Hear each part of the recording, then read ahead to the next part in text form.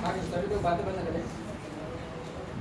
आज हम लोग चालू करेंगे, शेयर हम लोग हो चुका है, स्टॉक चालू करेंगे।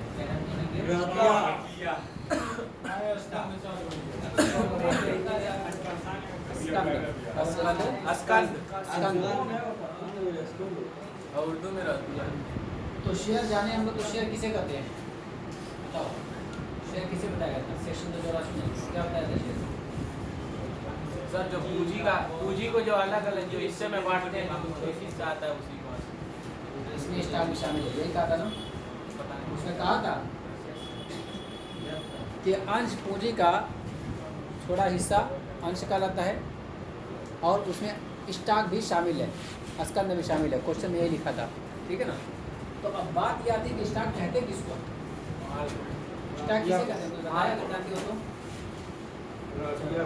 माल को स्टॉक किसे कहते हैं?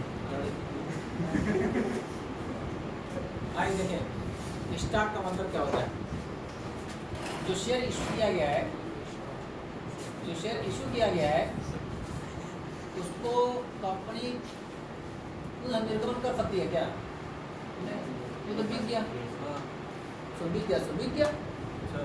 लेकिन जो शेयर पूर्णतः चुकता हो जाए, क्या हो जाए? फुल्ली पेड हो जाए, उसको कंपनी सर्टिफिकेट इशू करती है, इसको हम क्या बोलते हैं? स्टॉक। अब जितने का चाहे उतने का बेचे, 2 रुपये का, 5 रुपये का, 10 रुपये का, मतलब काट करके 10 रुपये चीज़ है ना, 2 रुपये दे दो, 1 रुपये दे दो, 5 रुपये दे दो, 3 रुपये दे दो, अपने हिसाब से उसको बेच सकते हैं। जबकि शेयर क्या होता है? 10 रुपये का है 10 रुपये रहेगा, 100 रुपये का है तो 100 रुपये रहेगा। लेकिन स्टॉक जो होता है, इसकी फेस वैल्यू जो होती है कोई नहीं निर्धारित की जाती है।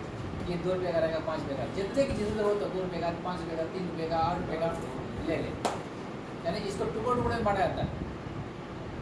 उसी को क्या कहते हैं? स्टॉक कहते हैं। इसका मतलब कि जो शेयर होता है वही फुल्ली पेड अगर हो जाए तो कंपनी उसको क्या कर देती है? स्टॉक नीति अलग कर देती है। और स्टॉक जो होता है वो जितने रुपये का चाहो उतने रुपये का बेच सकते हो, इसमें कोई फेस वैल्यू नहीं होती है, अंतिम मूल्य नहीं होता है। तो आप बुक के हिसाब से देखते हैं, देखो क्या बताया गया स्टॉक है, बताया गया यहाँ पर जब कंपनी को स्कंद के अंशों पर पूरा भुगतान यानी फुल्ली पेड प्राप्त हो जाता है, तब उन्हें अर्थात कंपनी के पूर्तिया चुकता अंशों को स्कंद में बदला जा सकता है। इसका मतलब फुल्ली पेड रहेगा तभी उसको स्टॉक में कन्वर्ट किया जाएगा, वरना स्टॉक में कन्वर्ट नहीं होगा। अतः स्कंद का आशय चुकता अंशों की एकत्रित रकम से है, जिसे बाद में किसी भी रकम के छोटे छोटे टुकड़ों में बांटा जा सकता है, ताकि अंशों की किसी भी रकम को हस्तांतरित किया जा सके। यानी जब शेयर फुल्ली पेड आता है तो उसकी रकम होती है तो छोटे छोटे अंशों में जितनी चाहो छोटे में कर दो, बड़े में कर दो, छोटे में कर दो, कोई दिक्कत की बात नहीं है। यानी कि कोई फेस वैल्यू नहीं है, उसको क्या कहते हैं हम लोग? स्टॉक कहते हैं। प्रत्येक अंश स्कंद नहीं हो सकता है, कह रहे हैं यहाँ पर प्रत्येक अंश स्कंद नहीं होता है, लेकिन हर स्कंद अंश हो सकता है। क्लियर सबको? बताया गया यहाँ पर प्रत्येक अंश स्कंद नहीं हो सकता, इसके लिए अंश पूर्णतः यानी फुल्ली पेड होना चाहिए तथा साथ में परिवर्तित होना चाहिए। इसका मतलब कि प्रत्येक अंश स्कंद नहीं होता, लेकिन हर स्कंद अंश होता है, क्योंकि फुल्ली पेड है और स्कंद बनने के लिए फुल्ली पेड होना जरूरी है। इसलिए बताया गया कि जो हर मतलब कि स्टॉक है वो फुल्ली पेड होगा, तभी जाकर उसको स्टॉक में कन्वर्ट कर सकते हैं, वरना कन्वर्ट नहीं कर सकते हैं। आगे बताया गया यहाँ पर कैरेक्टरिस्टिक्स ऑफ स्टॉक, जैसे भी शेयर की विशेषता देखिए तो क्या बताया गया? शेयर पूंजी का हिस्सा होता है, छोटे छोटे विभक्त होता है, कंपनी की पूंजी की छोटी इकाई होती है, यही सब उसकी विशेषता बताओगे। वैसे स्टॉक किसको कहेंगे तो उसकी विशेषता 2-3 से हम लोग पढ़ चुके हैं, उसी को घुमा फिरा कर अलग अलग पॉइंट लिख देते हैं। देखो क्या ये पॉइंट बता रहा है, बता रहे यहाँ पर कोई कंपनी प्रारंभ में स्कंद का निर्माण नहीं कर सकती है। सबसे पहले स्टॉक, सोचिए कि स्टॉक ही पर इशू कर दें, ऐसा हो सकता है क्या? जब जान गए हो कि जब तक शेयर फुल्ली पेड नहीं होगा तब तक वो स्टॉक में नहीं बदल सकता है, तो पहले तो किसी भी सूरत में कोई भी कंपनी स्टॉक इशू नहीं कर सकती है। पहले वो शेयर इशू होगा, फुल्ली पेड होगा, उसके बाद उसको कन्वर्ट किया जाए किसमें? स्टॉक में। वही करा इसमें कि कोई कंपनी प्रारंभ में स्कंद का निर्गमन नहीं कर सकती है, दूसरा बताया केवल पूर्ण दत्तांशों को ही स्कंद में बदला जा सकता है, आंशिक दत्तांशों का स्कंद में परिवर्तन व्यर्थ माना जाता है। तो बता दिए यहाँ पर फुल्ली पेड रहेगा उसी को कन्वर्ट कर सकते हैं, जो पार्शियली पेड है अधूरा पेड है उसको कन्वर्ट नहीं कर सकते। फुल्ली पेड रहेगा शेयर तभी जाकर वो स्टॉक में कन्वर्ट हो पाएगा। नेक्स्ट बताया गया ऐसे परिवर्तन के लिए अंतर्नियमों द्वारा अधिकार प्राप्त होता है। यानी जो पार्षद अंतर्नियम बनाया गया है, आर्टिकल ऑफ एसोसिएशन जो बना हुआ है उसमें नियम लिखा रहेगा तभी जाकर कन्वर्ट हो पाएगा। अगर इस स्टॉक के बारे में स्कंद के बारे में आपने कोई रूल नियम नहीं लिखा हुआ है तो शेयर आपका शेयर ही रहेगा, स्टॉक में उसको बदल नहीं सकते। इस पर क्रम संख्या डालने की आवश्यकता नहीं होती है। अब सोचो शेयर जो होता है 10-10 रुपये का है या 50 रुपये का है या 100 रुपये का है, तो हर शेयर 10 रुपये का ना है तो नंबर ऑफ शेयर आराम से बन सकता है। लेकिन जो स्टॉक होगा वो 1 रुपये का होगा कि 5 रुपये का होगा कि 3 रुपये का होगा कि 2 रुपये का होगा, कितने कितने कौन लेगा, उससे कितना नंबर डालोगे, इससे उसमें नंबर की आवश्यकता नहीं होती है। फिर बताया गया इसे समान भागों में विभाजित करने की आवश्यकता नहीं होती है, बल्कि इसे किसी भी राशि के टुकड़ों में विभक्त किया जा सकता है। बताया गया इसको 10-10 रुपया 55 रुपये में जरूरी नहीं बांटा जाए, किसी भी राशि में इसको 1 रुपया 2 रुपया 3 रुपया 4 रुपया 5 रुपया 6 रुपया 7 रुपया 8 रुपया 9 रुपया 10 रुपया विभक्त किया जा सकता है। ठीक है, ये उसकी विशेषताएं बताई गई हैं, 4-5 विशेषता बताई गई। सबसे पहले क्या बताया गया, कोई कंपनी प्रारंभ में स्कंद का निर्गमन नहीं कर सकती है, केवल पूर्णदत्त अंशों को ही स्कंद में बदला जा सकता है। ऐसे परिवर्तन के लिए अंतर्नियमों द्वारा अधिकार प्राप्त होता है। इस पर क्रम संख्या डालने की आवश्यकता नहीं होती है। इसे समान भागों में विभाजित करने की आवश्यकता नहीं होती है। क्लियर है? तो स्टॉक समझ में आगे क्या है, यानी कि स्टॉक क्या है, शेयर फुल्ली पेड रहता है उसी को बदलना, उसी को परिवर्तित करना है, इसमें स्टॉक, उसको स्टॉक बोलते हैं अगर शेयर फुल्ली पेड जाता है।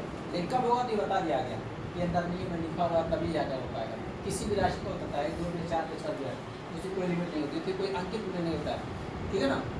चले अब तुम लोग मुझे बताओ थोड़ा सा दो अंतर स्टॉक में और शेयर में, स्टॉक और शेयर, स्कंद में और अंश में अंतर बताओ। आज तो अनस है नहीं, अब देखिए अनस की जगह कौन उसी जगह लेता है। कल अनस बता दिया था सर, अंश का अंकित मूल्य होता है और स्टॉक का अंकित मूल्य होता है। ठीक, गुड। और स्टॉक पूरा पेड होता है, अंश नहीं होता है। जब अंश फुल्ली पेड होता है तब ये स्टॉक को और अंशों की क्रम संख्या होती है और स्टॉक की क्रम संख्या नहीं होती। गुड। शेर सुनाया है, वाह वाह वाह। क्या तुम अनाउंसर बन जाते हो? आओ इधर आओ और शेयर सुना दो। अनाउंसर किसको कहते हैं? अरे 2-4 शेयर आता रहे, किसी को मुखातब करना रहे, बुलाना रहे स्टेज पर और उसको इनवाइट कर सके, उसी को अनाउंसर कहते हैं। अनाउंसर किसको कहते हो? टीचर ने जो बाउंसर मारता है ना उसका अनाउंसर कहते हैं, जो प्रोग्राम का संचालन करता है, जो लोगों को इनवाइट करता है स्टेज पर। हाँ, चलो समझ गए तुम अनाउंसर हुआ। हाँ, देखो तो हम लोग अंदर की बात कर रहे थे, बाउंसर वाला तो difference between share and stock में देखो यहाँ पर 7-8 दिया हुआ है, तो एक तरफ से देखें। सबसे पहले लिखा गया अंकित मूल्य होना, अंश का अंकित मूल्य होता है और स्कंद का अंकित मूल्य नहीं होता है। दूसरा बताया गया फुल्ली पेड, कह कि अंश का पूर्णदत्त होना आवश्यक नहीं है और स्टॉक करा कि सदैव पूर्णदत्त होना चाहिए। देखो शेयर अगर जरूरी को पूरा फुल्ली पेड हो, लेकिन अगर उसको स्टॉक में कन्वर्ट कर रहे हो पूरा फुल्ली पेड होना जरूरी। हस्तांतरण के बारे में करें कि इसका हस्तांतरण केवल पूर्ण मूल्य में होता है, इसमें मूल्य का विभाजन नहीं होता है, यानी 10 रुपये का 10 में होगा। लेकिन उसको कर रहा है स्कंद का हस्तांतरण टुकड़ों में भी हो सकता है, इसमें मूल्यों का विभाजन होना संभव है। प्रत्येक अंश की एक निश्चित संख्या होती है और उसकी करें कि इसकी कोई निश्चित क्रम संख्या नहीं होती है। एक अंशधारी कंपनी का सदस्य होता है और इसमें सदस्यता होना आवश्यक नहीं है। अंश सदैव पंजीकृत होते हैं और स्कंद का पंजीकृत होना आवश्यक नहीं है। कंपनी के समापन के पश्चात ही अंशों का निर्गमन किया जा सकता है और इसका निर्गमन चुकता अंशों के मिश्रण से ही संभव है। प्रत्यक्ष रूप से स्कंद निर्गमित नहीं किया जा सकता है, यानी डायरेक्ट चाहे स्टॉक इशू करके नहीं कर सकते। आप फुल्ली पेड अगर आपका शेयर है तो उसको स्टॉक में कन्वर्ट कर सकते हैं। कह रहे कि 1 वर्ष के सभी अंशों का अंकित मूल्य समान होता है, यानी कि एक शेयर 1 साल के अंदर जितने भी प्रकार का शेयर इशू किया जाएगा, 3 महीने बाद इशू करिए, फिर 4 महीने बाद इशू करो, फिर 2 महीने बाद इशू कर रहे हो, एक समय जितना भी शेयर इशू किया जाएगा उसका अंकित मूल्य सबका सेम रहेगा, अगले साल बदल सकता है। ठीक है।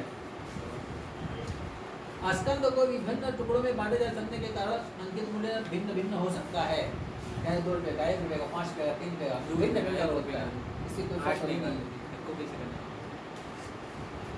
तो इसका मतलब इसका अंतर बताएगा, सबसे पहले अंकित मूल्य होना और पूर्वदत्त होना, हस्तांतरण के बारे में बता दिया, निश्चित संख्या का होना, सदस्यता बता दिया है, रजिस्टर्ड होना, निर्गमन और अंकित मूल्य की समानता, ये मेन उसके आधार है, अंतर के आधार।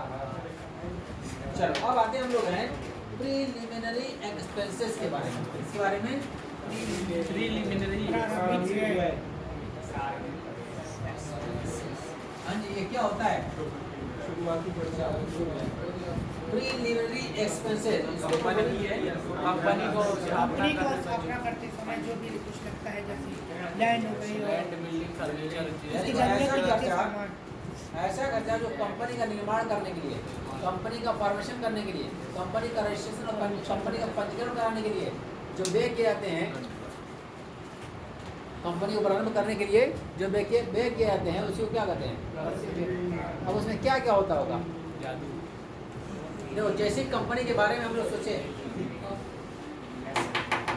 कंपनी के बारे में सोचे, जो कंपनी के बारे में सोचता है उसको जानते हो क्या कहते हैं हम लोग हैं? डायरेक्ट चलने वाला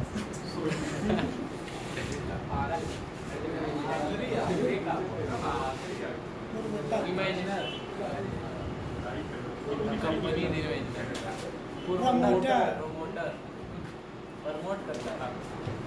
प्रमोटर जो कंपनी के बारे में पहले सोचता है कि यार चलो एक कंपनी बनाते हैं और एक काम चालू किया जाएगा, 2-4 लोग मिल करके आपस में खड़ी करती है, तो जिसके दिमाग में आइडिया आया और ये आइडिया को जा करके उसको अमली जगह पहना रहे हैं, मतलब जा करके किसी वकील से मिले, किसी सीए से मिले, जो डॉक्यूमेंट तैयार करना था उसके लिए फीस दिए, सब पेपर तैयार, उसके बाद ऑनलाइन उसको एप्लीकेशन डालना रहता है, ऑनलाइन अप्लाई किए उसको, उसमें भी जो पेपर अपलोड करना है पेपर लगाए, हार्ड कापी अगर जमा करना होगा जाकर जमा करेंगे, किसके पास? किसके पास? आरओसी के पास। किसके पास? ROC, registrar of company. कौन है? रजिस्ट्रार। कंपनी का जो रजिस्ट्रार होता है, जो कंपनी रजिस्टर करता है वो, अब वो रजिस्ट्रार ऑफ कंपनीज कहाँ बैठता है? ऑफिस में बैठता है। ऑफिस कहाँ पर है? सरसुनिया में है। दुनिया का कहाँ पर बैठता है? मुंबई बैठता है कानपुर, यही पर बैठता है। उत्तर प्रदेश का आरओसी बैठता है कानपुर में।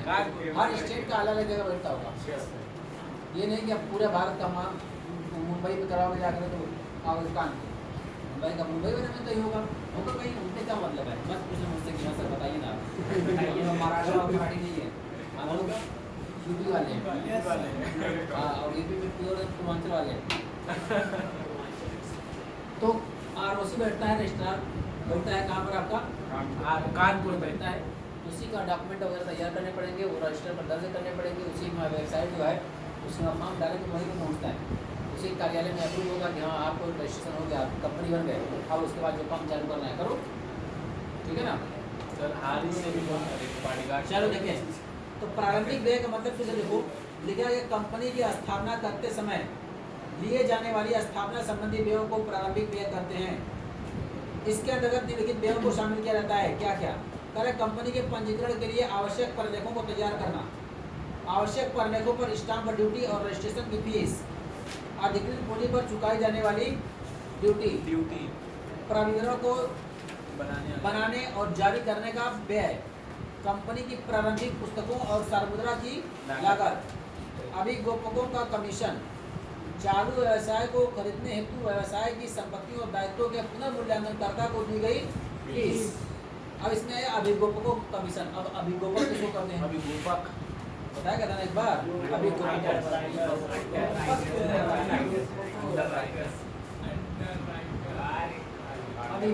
किसको कहते हैं? अभिगोपक बताओ। अंडर राइटर किसको कहते हैं? अभिगोपक को। बताया गया, इसके बारे में बता दूंगा तुम लोगों को याद नहीं कि है। जब भी कंपनी शेयर इशू करती है तो डायरेक्ट रूप से कंपनी शेयर इशू नहीं कर सकती, वो किसी के थ्रू भिजवाती है अपने शेयर को। अब भिजवाने वाला जो होगा उसको हम लोग कहते हैं अभी underwriter। क्या कहते हैं? अंडरराइटर। अंडरराइटर ही कंपनी के शेयर को बेचती है। अंडरराइटर के अंडर में आते हैं ब्रोकर, बनाते हैं ब्रोकर, दलाल। दलाल जानते हैं किसको कहते हैं? पैसा खाए वाले। पैसा कौन नहीं खाता है? पूरी खाते हैं, वही खाता है। खाना खाते हैं, वो पैसा खाते हैं सर, हाँ? खाना नहीं खाते। खाना खाते हो। खाना नहीं खाते। इतना हिलाते रहते हो। अभी तक कैमरा में दीवार में सब लड़के कहने लगे कि सर कितना हिलता रहता है, मैं बहुत हिला देता ये फरार कर अरे फरार। अरे किस क्लास के हैं? किस क्लास के सब रहते हैं? माँ को हिलता कितना इसी से ज़्यादा हिलाते हैं। अरे पर 1 घंटे जरा लाइट से सफर कर लिया। बड़े रहते ना नहीं हिलाते, समझदार में आते हैं यार। अंधी होने जाते हो, टीनेजर वाली गिरने की उम्र होती है, किसी में आदमी ज़्यादा बिगड़ता है।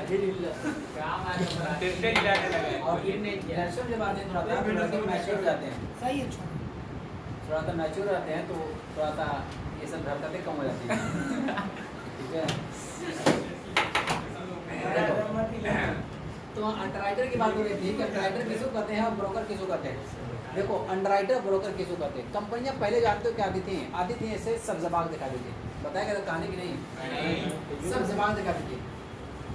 पैसा लगाओ, मैं 5000 दिया राजा महाराजा जी पे, हमें तुम 5000 लगा दे राजा महाराजा जी पे।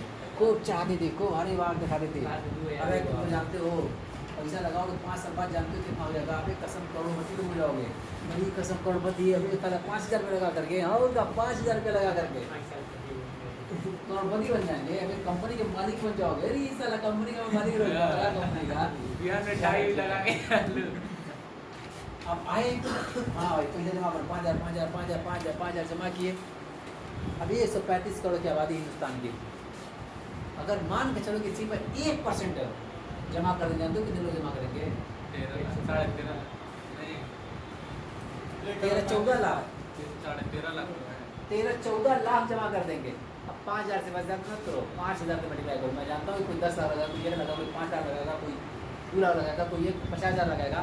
लेकिन मैं मिनिमम राशि दिया 5,000 रुपये। मैंने कहा कि 5,000 रुपये जमा करना है बस।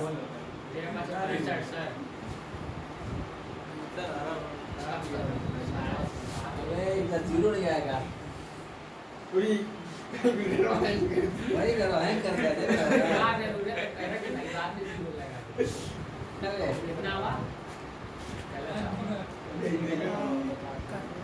हाँ जी देखो, 6-7 अरब रुपया आ जाएगी। कितनी? 6-7 अरब रुपया आ जाएगी इसके पास, अरब रुपया। नहीं, अब सोचो कंपनी जब आती थी, अब 10% 1% में बता रहा हूँ ना, 13 लाख कुछ पता चलेंगे 135 लाख में। अरे भाई इस तरह से समझो कि जैसे नमक के बराबर है ये। 135 करोड़ में 13 लाख का है। 135 करोड़ की बात कर रहा हूँ, 135 करोड़ में 13-14 लाख का है, नमक के बराबर है, नमक के बराबर है। अरे जो पैसे ले चले गए 7-8 अरब रुपया तो किसको फर्क पड़ा? इससे कितना गया? 5,000 रुपया गया, बहुत ज़्यादा नहीं गया इसका, रोएगा भी नहीं, तकलीफ भी उसको नहीं होगी। 5,000। लेकिन ये है कि अब जब दोबारा कोई और आएगा ऐसी सब जबाग दिखाएगा तो फिर तुम विश्वास करो पैसा लगाओगे? नहीं लगाओगे। इतना जल्दी किसी पर नहीं हाथ मिला सकते हो, भारत है ये। तो ये क्या हुआ कि इस तरह से बड़ी बड़ी कंपनियां आती थी, बड़ी बड़ी कंपनियां जो आती थी वो अपना ऐसी सब जबाग दिखाती थी और पैसा लेकर के पूर्व थी, खूब सब जबाग दिखाती थी कि हम ये काम करेंगे, वो काम करेंगे, इतना रुपये टर्न हो रहेगा, ये टर्न हो रहेगा, खूब सपना दिखाई और उसके बाद पूर्व हो गए, पता नहीं चला। अब सब लोग दांत दबा करके रह जाते थे। भाई कैसे चीखें, कैसे चिल्लाएं? मसला ये कि जब ताले बेवकूफ़ होगा, कोई भी आदमी आया 5 रुपये देकर के दो, शर्म के मारे लोग कहते भी नहीं थे कि मैं भी 5 रुपये लगाया था, चुपचाप वैसे मुँह दबा कर दांत दबा कर रह गए। अब क्या हुआ कि लोगों का विश्वास टूटते गया। अब जब जो रियल में कंपनी काम करने के लिए आती है वो चाहती है कि भाई लोगों का सपोर्ट लूँ, लोगों का पैसा इकट्ठा करके काम कर किया जाए, लोगों का फ़ायदा होगा, मेरा ही फ़ायदा होगा। तो जब वो शुरू की तो देखेंगे कोई इंटरेस्ट नहीं दे रहा है इसमें, कोई इंटरेस्ट नहीं रहा है। क्या बात है, पैसा दिए तुमके पास 5,000 रुपया, बहुत पैसा 5,000 लगा तुमने कि सारा भरोसा दीजिए पर करना 3 कंपनी लगा चुके हो अभी तक पैसा मिला खाली नहीं। सपना दिखा देगा खुदा। हाँ तो कहा कि अच्छा, तब उसके बाद जो है सरकार की आंख भी खुली, यार ये तो अर्थव्यवस्था पूरी डगमगा जाएगी। देखो क्या होता है इसमें, जिस देश में सबसे ज़्यादा सेविंग होती है वो देश तरक्की करता है, क्योंकि सेविंग से क्या बनता है पता है, इन्वेस्टमेंट होता है। इन्वेस्टमेंट, और इन्वेस्टमेंट मतलब क्या हो गया, यानी पैसा लगाया, आप कोई कंपनी खोल दियो, कोई फैक्ट्री खोल दियो, कोई 2 धंधा लगा दियो, कोई कुछ बन गया, कोई कुछ बन गया, इससे हमको मिलता है रोजगार। क्या मिलता है? रोजगार, एम्प्लॉयमेंट, एम्प्लॉयमेंट, रोजगार मिलता है। और जब लोगों को रोजगार मिलेगा तो ये जो अभी बचत थी ना और बचत होगी, क्योंकि जब लोगों के पास रोजगार आ जाएगा तो पैसा की फरमानी रहेगी। ये 4 दुकानें 5 दुकानें आज बैठी हुई हैं, तो मेरे पास पैसा जब आएगा मैं उन्हीं सामान लूँगा तो उसके पास भी इनकम बढ़ेगी, वो भी जाएगा वहाँ से सामान लेने के लिए। जो 2 दुकान और बैठी हुई है उनको भी पैसा मिलेगा तो वो भी जाएंगे। मतलब सिर्फ इतने की वजह से सेविंग यहाँ पर होगी, इन्वेस्टमेंट होगा, लोगों को रोजगार मिलना चालू हो जाएगा। जब रोजगार पता होगा तो उसके बाद फिर यहाँ पर सेविंग होगी, फिर क्या होगा, यही चक्कर बार बार घूमता रहेगा। लोगों को रोजगार मिलेगा, लोग को पास पैसा आएगा, लोग खरीदेंगे जा करके, फिर इसकी दुकान चलेगी तो उसका भी प्रोडक्ट बिकेगा तो उसकी भी और इंडस्ट्री लगेगी और इन्वेस्टमेंट की जरूरत होगी। मतलब एक सर्कुलेशन बनता रहेगा। जिस देश में सेविंग सबसे ज़्यादा होती है वो देश हमेशा तरक्की करता है। तो जब यहाँ का देखा कि सेविंग तो है लेकिन इन्वेस्टमेंट नहीं है, तो सरकार इस पर चिंतित हो गई और तब जाकर के 1988 में सेबी की स्थापना की। इसकी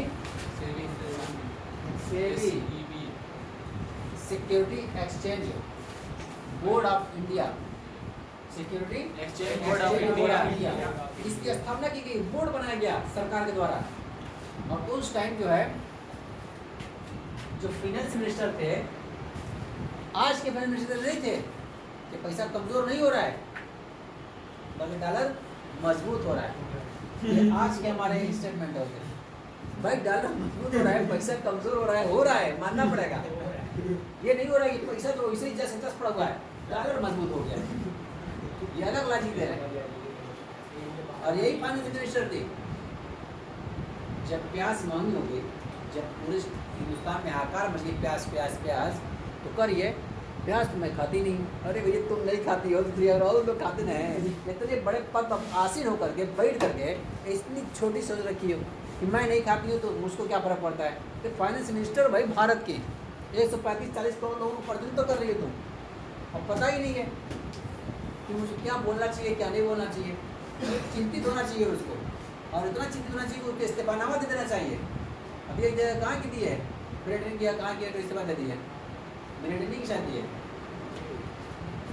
19 दिन या कितने दिन की वो चुनाव चुन जीत के आई और कहीं मैं अपने वादों पर खरी उतर नहीं पा रही हूँ, इस्तीफा देती हूँ तो इस्तीफा दे दी। ये ना होती है गैरत, इसी तरह थोड़ी ना कि बेहया ये बात करते रहते, मैं प्यार नहीं खा रही हूँ, तुम और क्या खाओ, मांग रही है हैं। और मुद्रा की जो इंडियन करेंसी है इसकी कमजोर नहीं हो रही है बल्कि मुद्रा डॉलर जो है मजबूत हो रहा है। अभी कौन सी टीम यहाँ सब जीती आ रही थी, उस पर भी सब लगा देते हैं कि वो किसी में था, पाकिस्तान और किसी में था, जिम्बाब्वे जीती थी उसमें। हाँ तो कर पाकिस्तान कमजोर नहीं हो रही बल्कि जिम्बाब्वे मजबूत हो गई, लोग उस पर लगा दिए था, तो कमजोर नहीं हो रही बल्कि मजबूत हो रही है। हाँ जी, तो मैं बता रहा था यहाँ पर फाइनेंस मिनिस्टर उस टाइम में जो थे 1988 में और 90, 91, 92 में जबरदस्त उस टाइम क्रांति लेकर आने वाले कौन होता है प्राइम मिनिस्टर, कौन हो सकता है? इनका नाम सुने होगा तुम लोग, मनमोहन सिंह। मनमोहन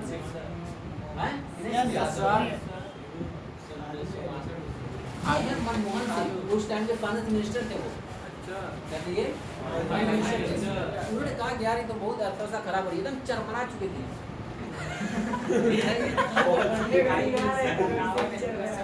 हिंदुस्तान की अर्थव्यवस्था 1990 काम में जाते चरमरा गई थी। अब इसको कंट्रोल करना था, किसी की बस की बात नहीं थी। मनमोहन जी ऊपर से बता दिया कि देखिए आप ही कुछ कर सकते हैं देश का, कुछ टाइम जा करके मनमोहन सिंह ने संभाला था और उस टाइम 3 पॉलिसी उन्होंने लेकर के आई थी। एक को हम लोग बोलते हैं निजीकरण, एक को बोलते हैं हम लोग ग्लोबलाइजेशन, यानी उसको हिंदी में क्या बोलते हैं ग्लोबलाइजेशन को, और एक को बोलते हैं हम लोग लिबर्टी। मतलब इस तरह से 3 चीज़ें बड़ी बड़ी लेकर के आया उन्होंने और उसके बाद उस पर काम किया और फिर अर्थव्यवस्था भारत की जो है अपने पटरी पर आई, सुधार हुआ। उन्होंने ये काम किया कि सेबी की स्थापना किया कि यार सरकार को पता चल गया कि लोग पैसा आते हैं कंपनी ले भाग जाती है, कहा कि नहीं भाई अब कोई भी कंपनी डायरेक्ट जनता जाकर पैसा नहीं वसूलेगी, कोई नहीं वसूलेगी। तो किससे पैसा वसूलेगी? कहेगी बीच का एक आदमी जाएगा, वो पैसा उसके पास जाएगा, ये तुमको देगी कंपनी को। तो क्या मतलब, कंपनी से कहा गया कि आपको जो शेयर इशू करना है ना, जनता में डायरेक्ट मत इशू करिए, आप शेयर इनको दे दीजिए, अंडर राइटर को ये बेचेगा। अब ये कौन होगा भाई? ये अंडर राइटर होगा। और अंडर का उन्हें नहीं भाग सकता है, भाग सकता है, लेकिन अंडर राइटर का जब लाइसेंस लेना पड़ेगा आपको तभी जाकर मिलेगा। वो लाइसेंस पाने के लिए इतनी सिक्योरिटी जमा करनी पड़ेगी, उस सिक्योरिटी जमा करो, उसके बाद आपको देखना पड़ेगा कि आप ईमानदार आदमी हो कि नहीं है। उस सब कुछ परखने के बाद तब उसको अंडर राइटर का लाइसेंस मिलता है, यानी हुमा सुमा को नहीं मिलेगा, उसके लिए सिक्योरिटी जमा करनी पड़ेगी करोड़ों रुपये की, तब जाकर के जमा होगी। तो इनका इतनी सिक्योरिटी रहेगी कि पैसा आपका अगर जाएगा भी तो इनकी संपत्ति से भी जो है पैसा दिलवा देगी आपको। तो कंपनी अब नहीं आ रही है, कौन आ रहा है? Under writer. और अंडर राइटर कौन होता है? किस पर हम लोग भरोसा कर लें आज के देश में? किस पर भरोसा कर लें? सीए है एक संस्था है, संस्था की बात करो, एक संस्था है जिस पर भरोसा कर सकते हैं और सभी लोग भरोसा करते नहीं। तुम लोगों किसी का 10,000, किसी का 5,000, किसी का 50,000, किसी का 5 लाख, किसी का 10 करोड़, किसी का अरबों खरबों का बैंक है, पड़ा हुआ है कि नहीं पड़ा हुआ है? तो आराम से नींद सो रहे हैं, कोई टेंशन नहीं है। घर में उतना पैसा रख सोओगे ना, नींद नहीं आएगी, लेकिन बैंक में रखा हुआ पैसा आराम से लोग सोते हैं। तो बैंक को क्या कर दिया गया? उसको लाइसेंस दे दिया गया अंडर राइटर का। जितनी भी कंपनी आती है सब किसी थ्रू जाती है शेयर अपना, पंजाब नेशनल बैंक से, बैंक ऑफ बड़ौदा से, स्टेट बैंक ऑफ इंडिया से, इन सबों से अपना शेयर बेचाती है, डायरेक्ट नहीं बिकता है। जब पहली कंपनी आती है तो पहला शेयर किसके थ्रू जाता है? अंडर राइटर थ्रू जाता है। अंडर राइटर ये लोग बने हुए हैं, उनको लाइसेंस मिला हुआ है, उन पर लोग भरोसा करते हैं। हम उसको पैसा लगाएंगे तो ये भी जाएंगे तो क्या ठोक बजाएंगे? नहीं देखेंगे, देखेंगे कि जो पैसा मेरे पास लेना है मुझे जिस कंपनी के लिए, वो कंपनी है कैसे, कौन लोग काम करने वाले, तो पहले उसके बारे में इंक्वायरी करता है, तब उसके बाद जिम्मेदारी देता है कि हम आपका शेयर भिजवाएंगे। तो अंडरराइटर का मतलब समझो क्या होगा? अंडरराइटर का मतलब ये होता है कंपनी के जो शेयर को बेचवाने की गारंटी देता है। क्या करता है? क्या देता है? गारंटी देता है कि हम आपका शेयर बेचा देंगे। इसका मतलब क्या हुआ कि जैसे मान के चलो कि आपको 1 लाख शेयर इशू करना है, 10 वाला, 10 लाख की जरूरत आपको है, आप इनके पास जाएंगे, भैया हमको 1 लाख शेयर इशू करना है, तो भाई देखो 1 लाख की जो गारंटी दे पाऊंगा, 50,000 शेयर मैं आपका इशू करा दूंगा। फिर आप इनके वहाँ 50,000 दे देंगे, इनके वहाँ जाएंगे तो इनके वहाँ ही 50,000 शेयर दे देंगे। कितना हो गया? 1 लाख। अब 50,000 शेयर ये लिए थे, अपने अंदर में ये क्या रखे हुए हैं? ब्रोकर। कहाँ गए? ब्रोकर, दलाल। भैया यार तेरा बेचाओ शेयर, मैं खरीदा हूँ पुरानी कंपनी का, ये 50,000 शेयर बेचवाना है, कैसे बिकेगा तुम लोग बिना? एजेंट लगे हुए हर जगह के, उन सब को दौड़ा दिया गया। अब बेचना शुरू कर दिए, पता चला ये 45,000 शेयर बिका, अब 5,000 शेयर बचा। ये नहीं कंपनी वापस करेंगे, कंपनी खुद ले लेगी। वो गारंटी का मतलब है कि 50,000 शेयर कोई भी नहीं लेगा, तब भी हम ले लेंगे, इतना पैसा उसके पास होता है। बस सुना रही है? यानी शेयर अगर ना भी बिका, पब्लिक ने नहीं लिया, तो गारंटर जो है यानी जो अंडर राइटर है, गारंटी लिया वो मैं आपको 50,000 शेयर लूँगा, तो ले लिया, वो बिके या ना बिके, बिक गया तो अच्छी बात है, तब तो उसका नहीं लेगा, लेकिन नहीं बिका तो खुद ले लेगा वो। लेकिन शेयर बेचाने की जो कमीशन तय होता है, जब आपका शेयर बेचाने तो वो क्या मिलेगा भाई? तो कहेगा कि कमीशन लेना 3%, 4%, 5% का शेयर होता है, मैक्सिमम 5% का कमीशन तय होता है, 5 मिनट कमीशन ले सकते हैं। और ये जो है 5 मिनट ले करके दलालू से कहेंगे तुम लोग 3% ले लो, तब भी 2% कमाएगा कि नहीं कमाएगा ये बंदा, ठीक है ना? तो दलाल गारंटी लेता है। अब दलाल भी ले गया कि चलिए ठीक मैं आपका 2,000 शेयर बेचा दूंगा, ले गया 70 तो बेचा, 300 बचा, 300 रुपये ले वापस कर देगा किसको? अंडर राइटर को। लेकिन अंडर राइटर के पास बचेगा तो वो कंपनी ले जाकर वापस नहीं करता है। इसलिए एक तरह से क्या है, ब्रोकर जो है वो एक तरह से एज एजेंट काम करता है, लेकिन ये क्या काम करता है? पूरी गारंटी के साथ काम करता है। गारंटर है ये, क्या ये गारंटर है? ये आपको गारंटी देता है कि जितना आपकी शेयर जिम्मेदारी मैं ले लिया हूँ उतना नहीं भी बिकेगा तब भी मैं ले लूँगा, आप टेंशन फ्री हो जाइए, आपको उतना पैसा मिल जाएगा। 50 लाख बेचिए, 50 लाख 10 करोड़ चाहिए, 10 करोड़ का जितनी की गारंटी लेने, जितनी की कैपेसिटी होगी उसी हिसाब से लेंगे वो, ठीक है ना? ये है ब्रोकर और अंडरराइटर में फ़र्क। तो मैं बात कर रहा था प्रीवियस पैसे, तो इसमें जो अंडरराइटर को जो कमीशन दिया जाता है ये भी तो खर्चा शुरुआती का है, ये सब के सब खर्च क्या कराएंगे? Preliminary expense. देखो उसमें लिखा हुआ था तो लिखा है यहाँ पर कंपनी के पंजीकरण के लिए आवश्यक परिलेखों को तैयार करना, आवश्यक परिलेखों पर स्टाम्प ड्यूटी और रजिस्ट्रेशन की फीस, अधिकृत पूंजी पर चुकाई जाने वाली ड्यूटी, प्राविवरण को बनाने और जारी करने का व्यय, कंपनी के प्रारंभिक पुस्तकों और सार्वजनिक की लागत, अभिभावकों का कमीशन, चालू व्यवसाय को खरीदने हेतु व्यवसाय की संपत्ति और दायित्वों का मूल्यांकनकर्ता को दी गई फीस। तो ये सारे खर्चे होते हैं, इसको क्या होते हैं? प्रीलिमिनरी एक्सपेंसेस होते हैं। ठीक है, चलो अब बात यहाँ पर आती है अंशों के निर्गमन का ढंग। अंशों के निर्गमन का ढंग, तो इसको अगर नोट करना तो पहले नोट कर लो ताकि मैं उसका ढंग बताऊं।